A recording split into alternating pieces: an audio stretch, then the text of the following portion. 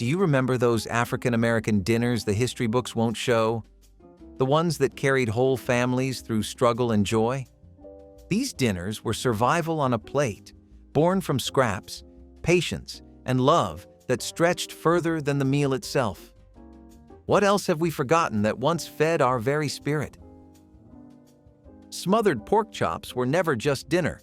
They were Sunday peace served on a plate. Tender cuts of pork simmered slow in a bath of onion gravy until every bite could melt right off the bone. For many families, this was the closest thing to a feast after a long week of labor. The scent alone filled the house, thick with warmth, the kind of smell that told you someone cared enough to cook slow. This was the meal mothers and grandmothers made when money was thin, but love was plenty. It took patience, a steady hand, and the wisdom to make a small portion feed everyone. Flour from the pantry thickened the gravy, and onions from the garden brought it to life. A scoop of rice or mashed potatoes on the side turned it into a full spread. Around that table, laughter mixed with steam, and nobody felt poor anymore. The sound of the spoon scraping the pan at the end was a kind of quiet gratitude. Smothered pork chops were proof that food could be both humble and holy, something made from little that still tasted like everything. Collard greens with ham hock were more than a side. They were survival disguised as soul. Tough greens simmered low and slow in pots blackened by years of use, softened into something rich, savory, and alive with flavor. The ham hock did more than season. It carried history, the memory of people making the best out of what was left. This dish was born in kitchens that knew how to stretch the smallest ingredients into abundance. Every leaf soaked up smoke, salt, and story. The potlikker, the deep green broth left behind, was liquid gold, rich with nutrients and comfort. Families passed that broth around like a blessing, dipping cornbread into it with quiet reverence. Collard greens stood for more than food. They were a promise that even in hard times, something beautiful could grow from the earth. Cooked right, they reminded everyone at the table that hardship never truly broke them, it only seasoned them. Hoppin John was the sound of New Year's Day in the South, pots clanging, laughter rising, and the scent of black-eyed peas filling the air. This dish was simple, yet full of meaning: rice, peas, bits of pork, and hope for a better year. Each ingredient carried its own story. The peas stood for luck, the rice for prosperity, and the pork for forward motion, because pigs root forward when they eat. It was a meal of faith wrapped in humble flavor. For generations, families believed that eating Hoppin John on January 1st brought blessings, and even those who did not believe never took the risk of skipping it. The taste was earthy, smoky, and grounding, a connection between ancestors and the year ahead. Served with greens and cornbread, it became a complete prayer in the form of supper. The real magic of Hoppin John was not the ingredients, but the hands that stirred it, repeating a ritual older than memory itself. Oxtails and gravy turned scraps into celebration. Once dismissed as throwaway cuts, oxtails found their way into the center of the table through the genius of resourceful cooks. Simmered for hours until the meat slipped from the bone, they made a gravy so rich it needed nothing more than rice to make it whole. This was food that demanded time, patience, and love. Three things often in short supply, but always found in these kitchens. The sound of the lid lifting revealed steam and satisfaction. Every bite was a reward for endurance, a flavor earned, not given.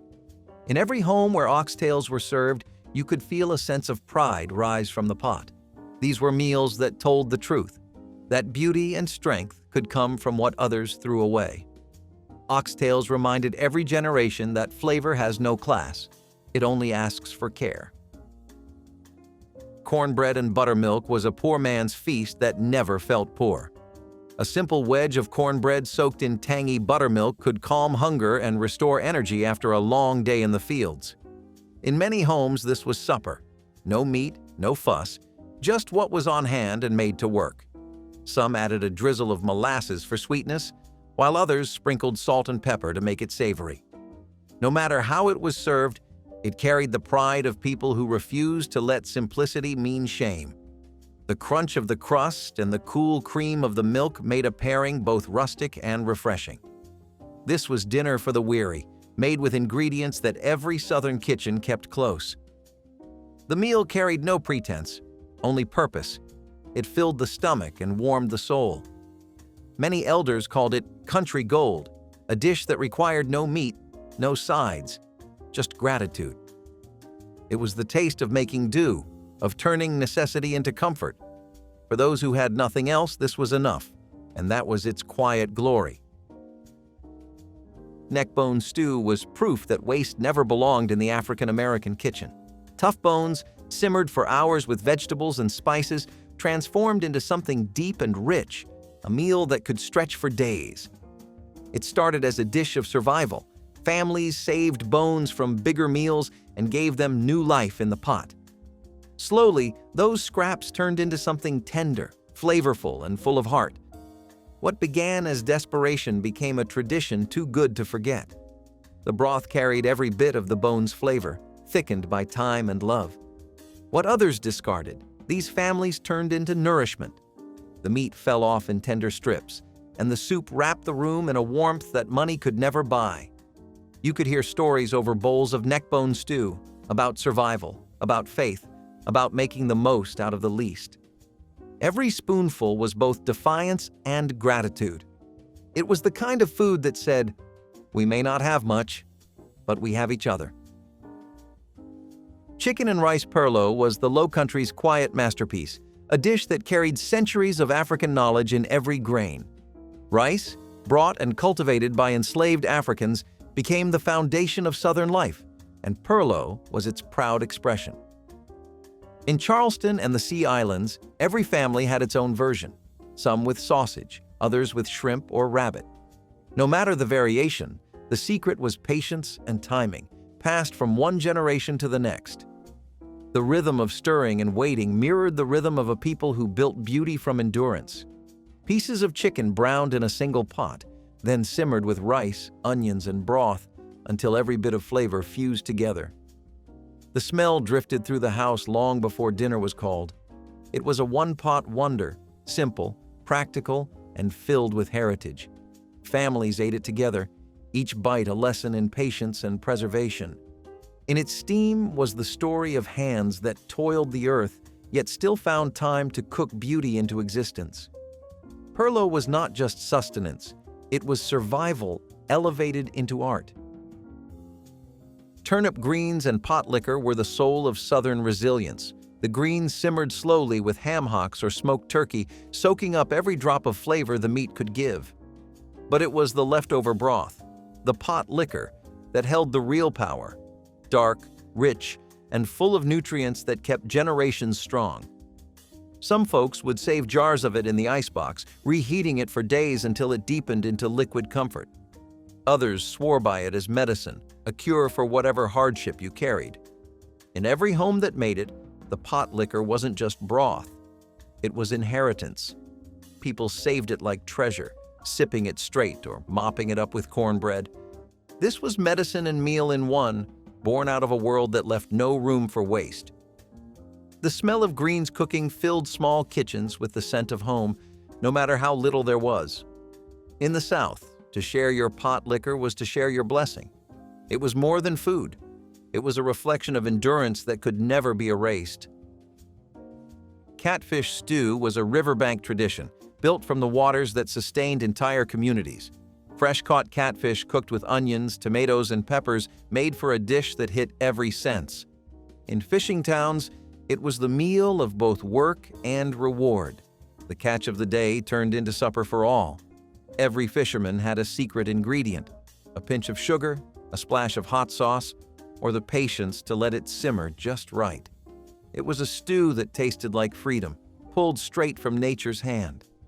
It was smoky, spicy, and hearty, often shared in big pots during family gatherings or church picnics. The stew captured the essence of Southern resourcefulness. What you caught, you cooked, and what you cooked, you shared. It was a meal that bound families and neighbors through flavor and fellowship. The broth turned red from tomatoes. the fish tender enough to melt against your tongue. Around those fires and tables, laughter echoed louder than hardship. Catfish stew was life lived honest, hard-earned, humble, and full of flavor that could make you forget the day's troubles. Red beans and rice was Louisiana's way of turning Monday into something worth celebrating. Traditionally made with leftovers from Sunday's meal, it became a symbol of smart cooking and steady rhythm. Red beans simmered all day with sausage or ham bones, filling homes with a slow-building aroma that promised comfort. Mothers stirred the pot while doing laundry or hanging clothes, knowing dinner would be ready when the sun went down. Kids came home to that same scent every week. It was routine turned ritual. Even the smallest bowl tasted like consistency in an unpredictable world. The rice stretched it further, feeding large families for pennies.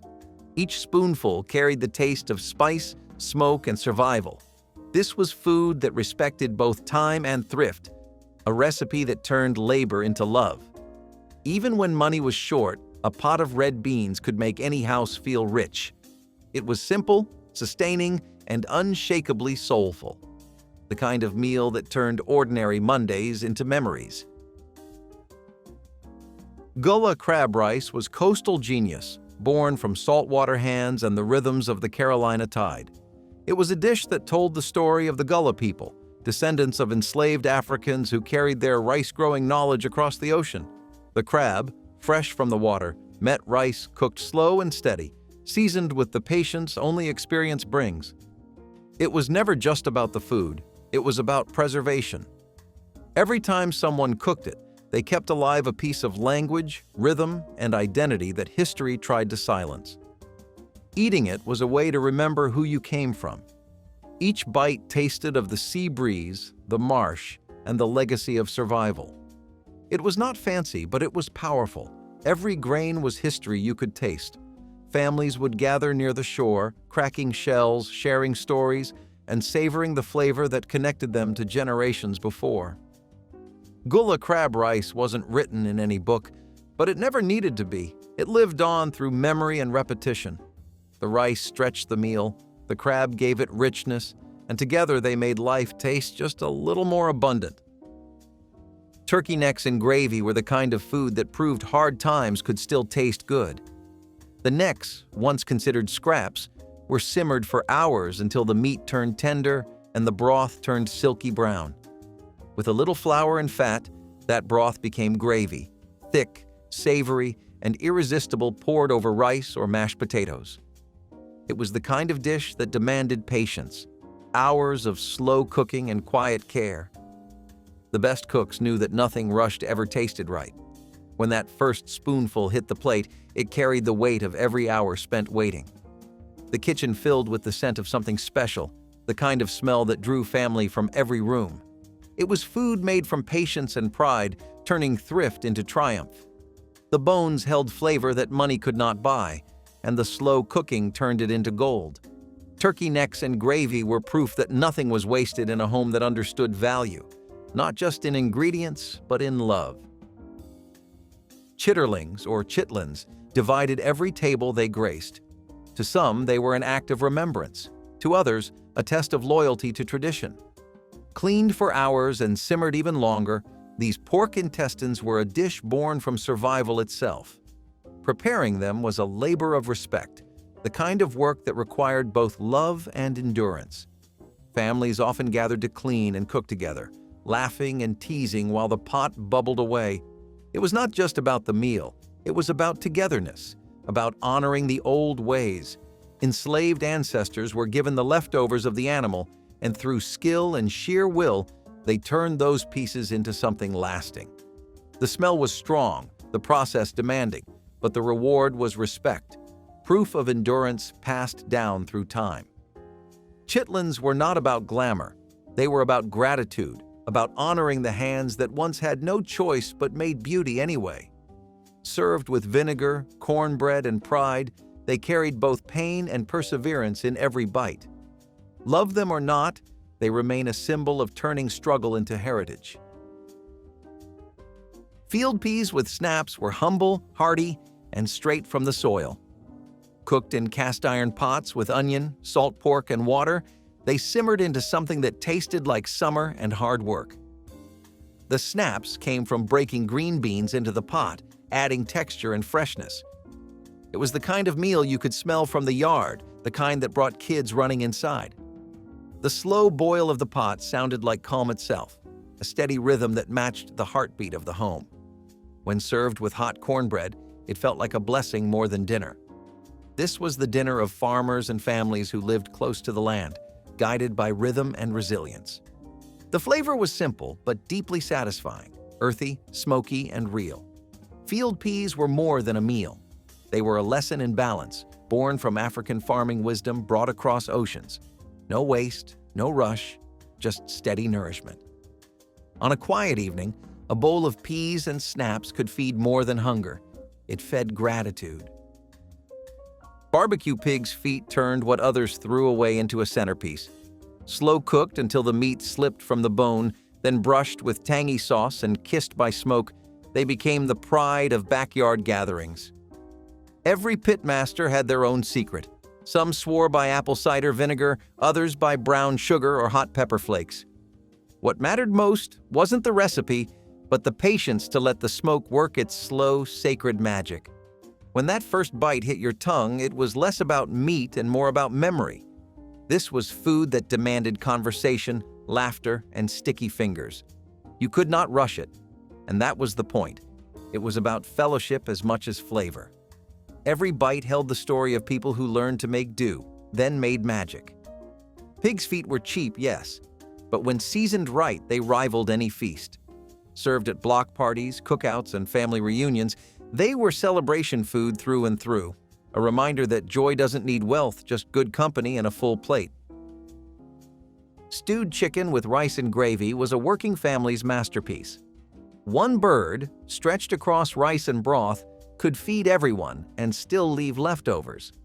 The chicken simmered until tender, its juices turning into a rich gravy that clung to every grain. The secret was in the slow stir, gentle, steady, and full of care. Some cooks added a dash of sage or garlic. Others relied on the memory in their hands to tell when it was ready. When that pot was lifted off the stove, the whole house paused to breathe in its promise. It was practical cooking, yes, but also deeply comforting, warm, filling, and full of flavor. The smell drifted through the house like a promise that no one would go hungry tonight. Families gathered close, spooning rice onto plates while stories filled the silence. This was more than dinner, it was care in its purest form. Stewed chicken with rice was the kind of meal that felt like being seen and loved at the same time. Shrimp and grits came from coastal kitchens that knew how to turn simplicity into soul. Shrimp sautéed in butter and garlic, resting on creamy stone-ground grits, created a contrast that was both humble and elegant. It began as fishermen's food, quick, filling, and inexpensive, but grew into a southern icon. In Charleston or Savannah, it was more than breakfast. It was tradition in a bowl. Some added smoky sausage or hot sauce for heat, while others let the sweetness of the shrimp shine through. Each version told the story of the water, the work, and the pride of a people who lived close to the tide. Every bite carried the salt of the sea and the warmth of the South. It was breakfast, lunch, or dinner, depending on the day and the hunger. Shrimp and grits proved that the simplest ingredients could tell the richest stories, tying African, Caribbean, and Southern flavors together in one bowl. Even as the world changed, this dish stayed timeless, comforting, familiar, and always worth another bite. Pan-fried whiting fish was the sound of Friday night in countless homes. The skillet sizzled as fillets hit the oil, golden crust forming over tender white flesh. Churches and families alike made it tradition. Fried fish before the weekend, shared with friends and neighbors. The grease popped, the radio played, and laughter bounced off the kitchen walls. Mothers would fry batch after batch, wrapping extra fillets in foil for tomorrow's lunch. It was the kind of meal that stretched far beyond the plate. It carried the rhythm of rest after work. A slice of white bread, a dash of hot sauce, maybe a side of coleslaw. That was all you needed. The smell filled the kitchen, a mix of grease, spice, and joy. For many, it was not just dinner, It was rhythm, routine, and reward after a long week. The crunch of that first bite said everything words could not. We made it through another one. Chicken and dumplings were soft comfort wrapped in steam. Simple ingredients, flour, fat, broth, and chicken, came together to make a pot that could stretch to feed a crowd.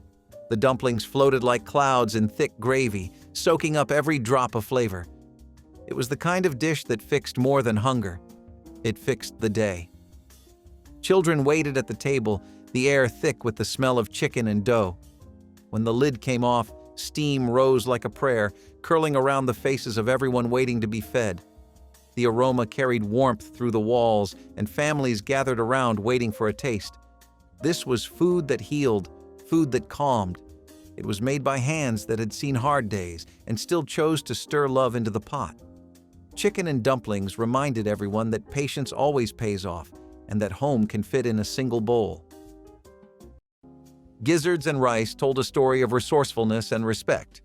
Nothing from the chicken went to waste. Every piece had purpose. The gizzards, tough at first, were boiled, fried, or stewed until tender, then mixed with rice and gravy. It was a meal that tested skill. Overcook it, and it turned rubbery. Cook it right, and it became pure comfort. Many elders taught their children how to clean, season, and slow-cook gizzards just right. Every step of the process carried pride, a reminder that nothing humble ever lacked value. The flavor was deep, meaty, and seasoned with pride. This dish spoke of hands that worked hard and cooked harder, turning what little they had into something memorable. It was often served at family tables, potlucks, and late-night suppers, always greeted with gratitude. Gizzards and rice weren't about luxury. They were about legacy. They taught that value doesn't lie in the cost of the cut, but in the care that goes into the cooking.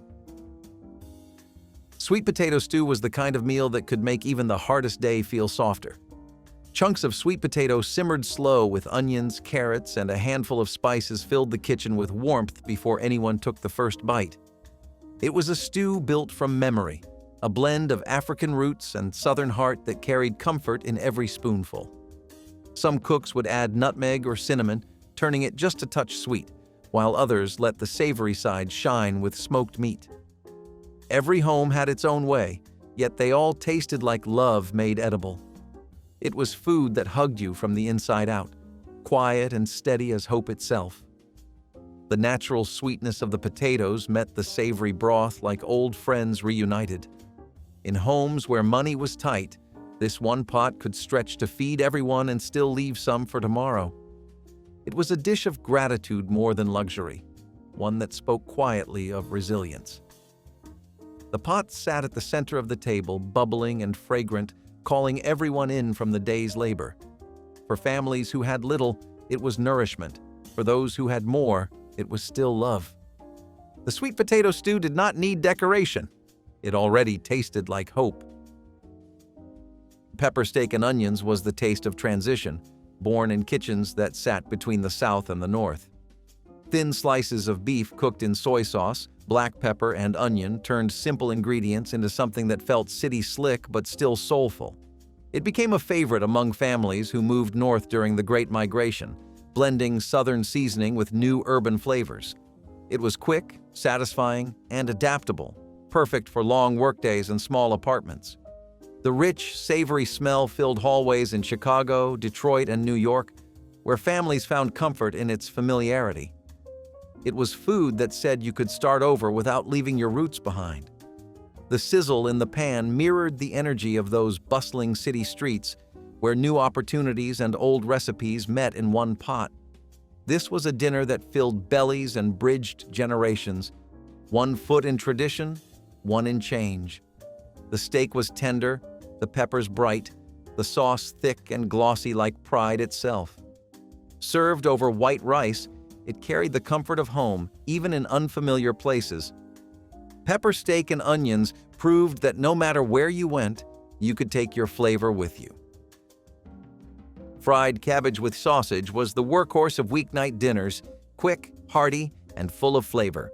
Sliced cabbage tossed into a skillet with onions and smoky sausage turned a handful of humble ingredients into a full meal. The sizzle and aroma announced dinner time long before the plates hit the table. The beauty of it was in its simplicity. You could make it with whatever you had on hand. Sometimes it was made with ham instead of sausage, sometimes with a little pepper and vinegar to sharpen it. No matter the version, it always brought people running to the kitchen before it was even done. For working families, this dish was salvation after a long day. It cooked fast, filled everyone, and left barely a mess behind.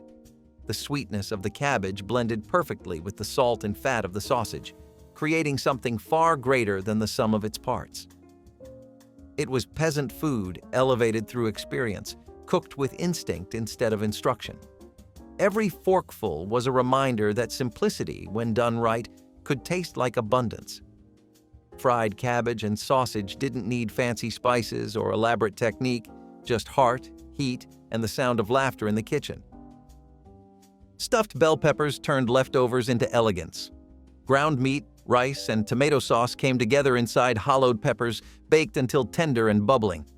It was a dish that crossed cultures and carried stories, from plantation kitchens to city apartments, always adapting to what was on hand. Each region had its twist. Creole cooks added spice, while others topped it with cheese or breadcrumbs. It was one of those meals that looked beautiful without even trying, the colors bright and the aroma inviting. The moment you cut into one, the steam carried a memory of every cook who ever filled a pepper with care. For many, it was the taste of Sunday, a meal that took time, care, and pride to assemble. The bright colors of the peppers and the rich aroma of the filling gave it an almost festive feel, even when ingredients were modest. The flavor balanced comfort and creativity, a perfect blend of resourcefulness and warmth. Families often made extra to share with neighbors or freeze for later, because a meal like this was meant to be passed around. Stuffed peppers were love-wrapped in color, baked until the kitchen felt like home again. Fried green tomatoes were the crisp rebellion of the southern kitchen. When the growing season ended and the tomatoes were still unripe, cooks refused to waste them. Sliced thick, dredged in cornmeal, and fried until golden, they became an accidental masterpiece. For many, it was the taste of childhood summers, hot kitchens, open windows, and the smell of frying oil. Some sprinkled a little sugar to balance the tang. Others added cayenne for a bold kick. However they were made, they reminded people that nothing truly good ever had to be fancy. The tangy flavor and crunchy bite made them irresistible, proof that necessity could breed genius. The dish was quick, easy, and filled with the kind of satisfaction that only comes from making something out of nothing. A plate of fried green tomatoes at a family table spoke volumes. We use what we have, and we make it good. The sound of them frying in oil was almost musical, a rhythm every Southern cook knew by heart. Eaten plain, with a pinch of salt or a dollop of sauce, they embodied the spirit of resilience, simple, sharp, and unforgettable. Okra and tomatoes were soul food at its purest, earthy, bright, and deeply rooted in African tradition. Okra, brought across the Atlantic by enslaved Africans, met the New World's tomato in a marriage of flavor and survival. The okra thickened the stew naturally, giving it that rich, silky texture that defined so many Southern dishes. Combined with onions, peppers, and a touch of spice, it became a dish that celebrated the land and the people who worked it. It was healthy, filling, and full of memory. Served over rice or alongside cornbread, it reminded families of the power of their heritage. The pot simmered slowly, its scent a mix of comfort and endurance.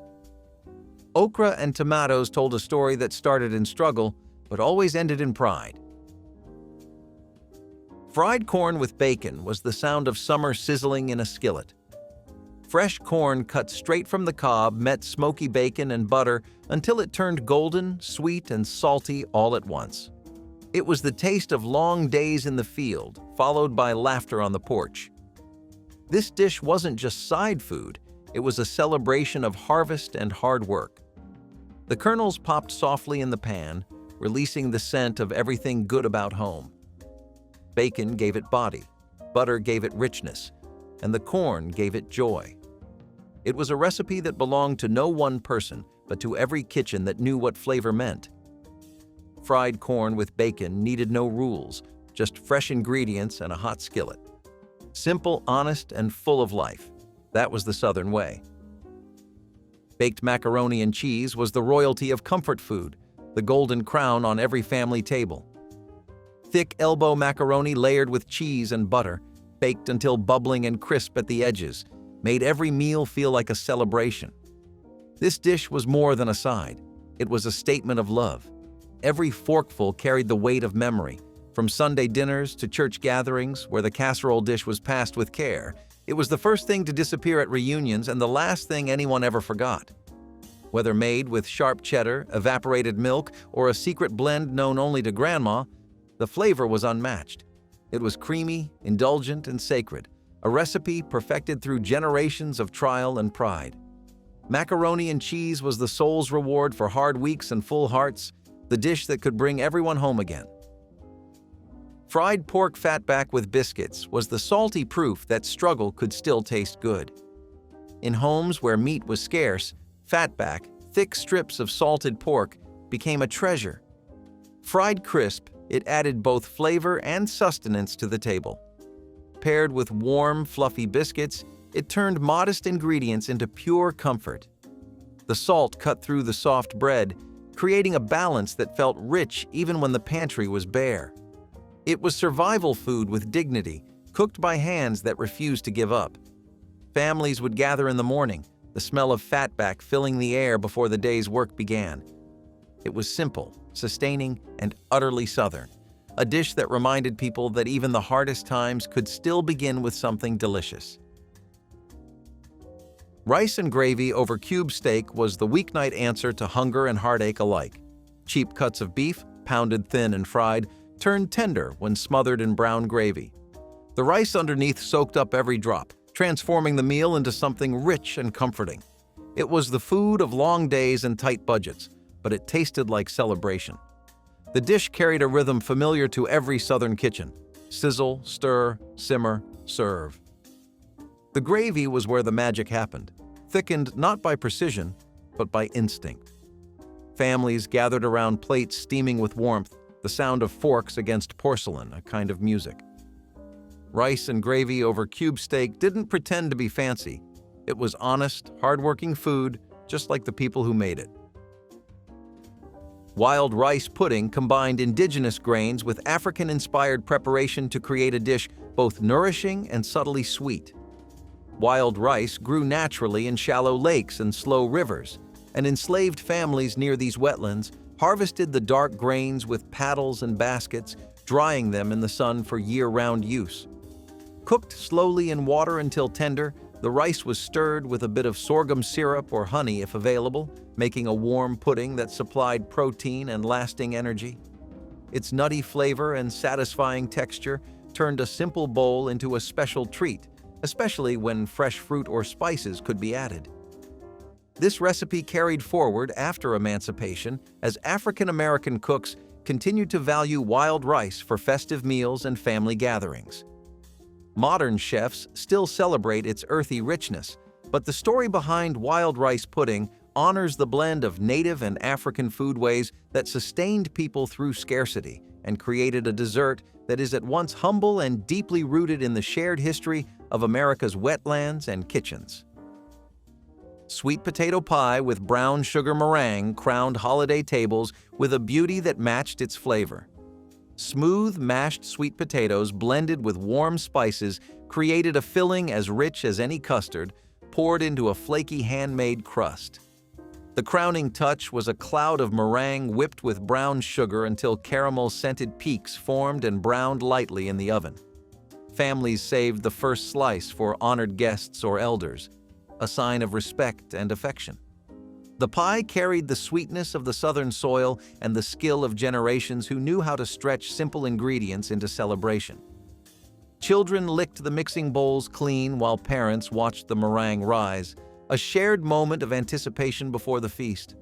Over time, commercial pies and instant mixes dulled the tradition, but those who remember the warm aroma of brown sugar meringue know that this dessert is more than food. It is a memory of family love, patient hands, and the quiet pride of homemade beauty. Sorghum syrup biscuits with milk were the kind of dinner that showed how families found sweetness even in struggle. Sorghum syrup, cheaper than sugar, was kept in jars that seemed to last forever, poured generously over hot biscuits fresh from the oven. My grandmother baked the biscuits with flour and lard, ingredients that could be stretched and shared across multiple meals. Once the biscuits were ready, she split them open, drizzled them with syrup, and served them with cold milk poured into glasses. It was simple but filling, providing enough energy for tired workers and growing children. The sweetness of the syrup turned plain flour biscuits into something that felt like a treat, even if it was just supper. In the 1960s, this kind of meal reminded families that comfort did not always need meat or elaborate dishes. It was about making do with what was on hand and finding joy in it. Sorghum syrup biscuits with milk were a reminder that sweetness could soften the edge of hardship. Stewed okra and corn was summer's promise kept alive in a bowl. Bright yellow kernels and tender green okra met in a bubbling pan with a touch of butter and black pepper. It didn't look fancy, but one bite told you everything about family gardens, hot days, and cool kitchens. Grandparents knew how to make this taste like something special without spending a dime. It was one of those dishes that balanced sweetness and earthiness perfectly, the corn melting into the okra softening just enough to hold it together. It went with everything, from fried fish to biscuits, but it could also stand alone when the pantry ran thin. Kids who grew up on it remember the crackle of the pan and the smell that meant dinner was near. It's a dish that lives in the quiet corners of memory, humble and honest. Pine needle tea offered a bright and restorative drink when fresh produce was scarce during cold months.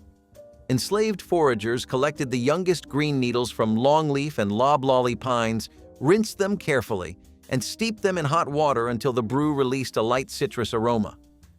Rich in vitamin C, this tea helped ward off scurvy and brought a welcome freshness to winter diets heavy with salt-preserved foods. The practice echoed both indigenous traditions and West African herbal knowledge, merging two continents' wisdom into a single sustaining cup. Families continued to brew pine needle tea well after emancipation, and it remains popular among modern herbalists for its gentle flavor and reputed immune-boosting qualities. Its evergreen scent and warm golden color remind us that even in the most barren season, the forest offered nourishment. Pine needle tea illustrates how observing the land and respecting its cycles allowed people to find both medicine and comfort, turning what others overlooked into a sustaining daily ritual that strengthened body and spirit alike. Homemade crackling bread filled kitchens with the savory perfume of pork fat and toasted cornmeal. Families saved every scrap of rendered pork skin, frying it until crisp and then folding the cracklings into cornbread batter rich with buttermilk and a touch of lard.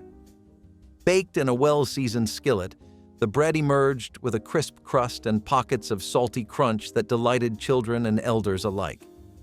It was a dish born of necessity, ensuring nothing from the hog went to waste, but it also became a treat that people looked forward to at Sunday dinners.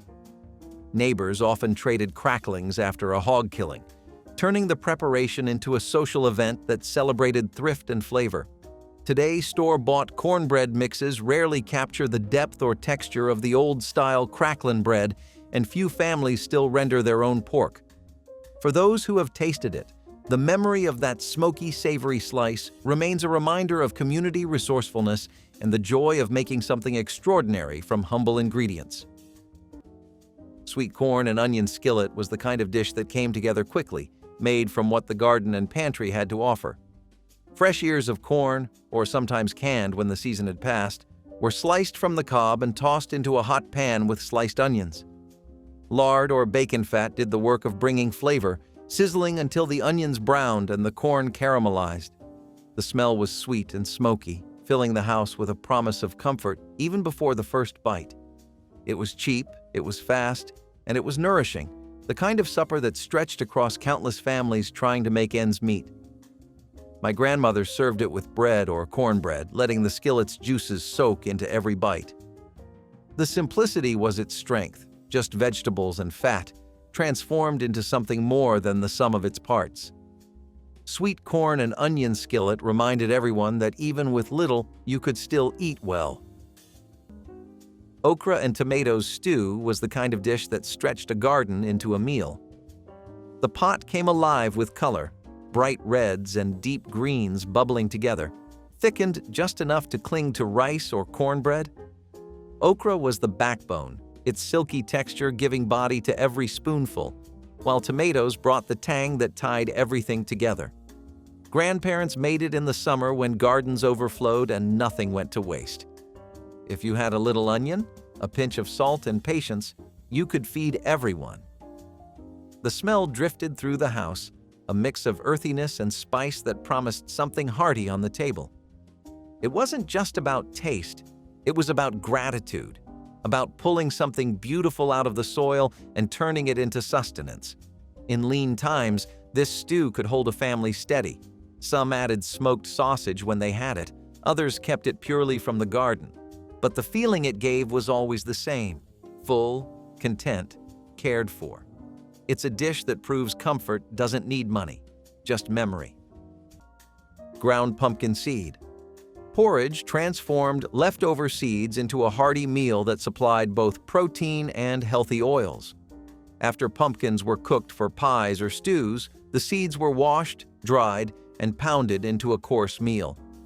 This meal was simmered slowly in water or thin milk, creating a creamy porridge with a subtle nutty flavor. Sweetened lightly with honey or molasses when available, it became a sustaining breakfast or evening dish that used every part of the harvest. The method reflected West African culinary traditions where ground seeds thickened soups and stews, showing how transplanted knowledge enriched American foodways. Generations after emancipation, pumpkin seed porridge remained a seasonal specialty in some rural areas, appreciated for its nourishing qualities and gentle taste. Modern cooks might recognize it in contemporary seed-based milks and cereals, proving that this centuries-old practice still influences how we eat today. Ground pumpkin seed. Porridge highlights the wisdom of never wasting what nature provides and celebrates a heritage of careful resourcefulness that continues to inspire. Okra and tomato succotash brought color and heritage together in one bubbling skillet. Fresh okra pods, sliced thin, mingled with sweet ripe tomatoes, corn kernels, onions, and peppers, creating a medley that linked West African traditions with Native American harvests. The dish simmered until the vegetables melded into a savory stew, thickened naturally by the okra's silken texture. Farmers' markets once overflowed with the ingredients every late summer, and families counted on succotash to stretch their crops and fill their tables. It was a side dish that could stand as a main course when meat was scarce, and its bright flavors paired beautifully with cornbread or rice. Elders told stories of ancestors who carried seeds and memories across oceans and frontiers, weaving history into every spoonful. Though many still grow okra and corn, the slow, careful preparation of true succotash has become rare, replaced by frozen blends and quick sautés that cannot match the patient flavor of the old garden skillet. Black walnut pound cake carried the wild woods straight into the holiday kitchen with a perfume unlike any other. Foragers collected the hard-shelled nuts each autumn, cracking them carefully to release the dark, robust kernels inside. The cake batter, rich with butter and eggs, absorbed the strong, earthy flavor of the walnuts, baking into a loaf dense enough to slice thin and savor slowly. Served at Christmas or family reunions, the cake announced both celebration and the success of gathering nature's bounty. Children helped shell the nuts, their hands stained brown from the husks, a seasonal badge of honor. Neighbors traded slices wrapped in wax paper as gifts, spreading cheer through the community. Today, imported walnuts and commercial cakes have replaced the ritual, but the memory of that deep, almost smoky taste lingers for those who once enjoyed a slice with coffee while snow fell outside and the house smelled of spice and toasting nuts. Cornmeal dumplings in tomato broth were the type of dish that felt simple but filling, carrying both thrift and comfort in every bowl. The broth began with canned or fresh tomatoes, cooked down with onions, garlic, and a touch of seasoning to build a savory base. My grandmother mixed cornmeal with a bit of flour, salt, and water to form small dumplings, dropping them carefully into the bubbling pot. As they simmered, the dumplings softened into tender bites, soaking up the tang of the tomatoes while thickening the stew. The smell alone brought everyone to the kitchen, the blend of corn and tomato promising something hearty without needing meat. Cornmeal was cheap and always on hand, a staple in Black households across the South. Tomato broth was inexpensive too, whether from garden harvests or canned goods bought in bulk. Together, they created a meal that cost next to nothing but filled hungry stomachs with warmth. Cornmeal dumplings in tomato broth turned two of the humblest ingredients into a family staple, proving that frugality and care could produce meals worth remembering. If these dinners stirred up a memory or made you hungry for a little history, tell us which one you'd pass down, tap that like button to keep the stories cooking, and subscribe so you never miss another taste of the past.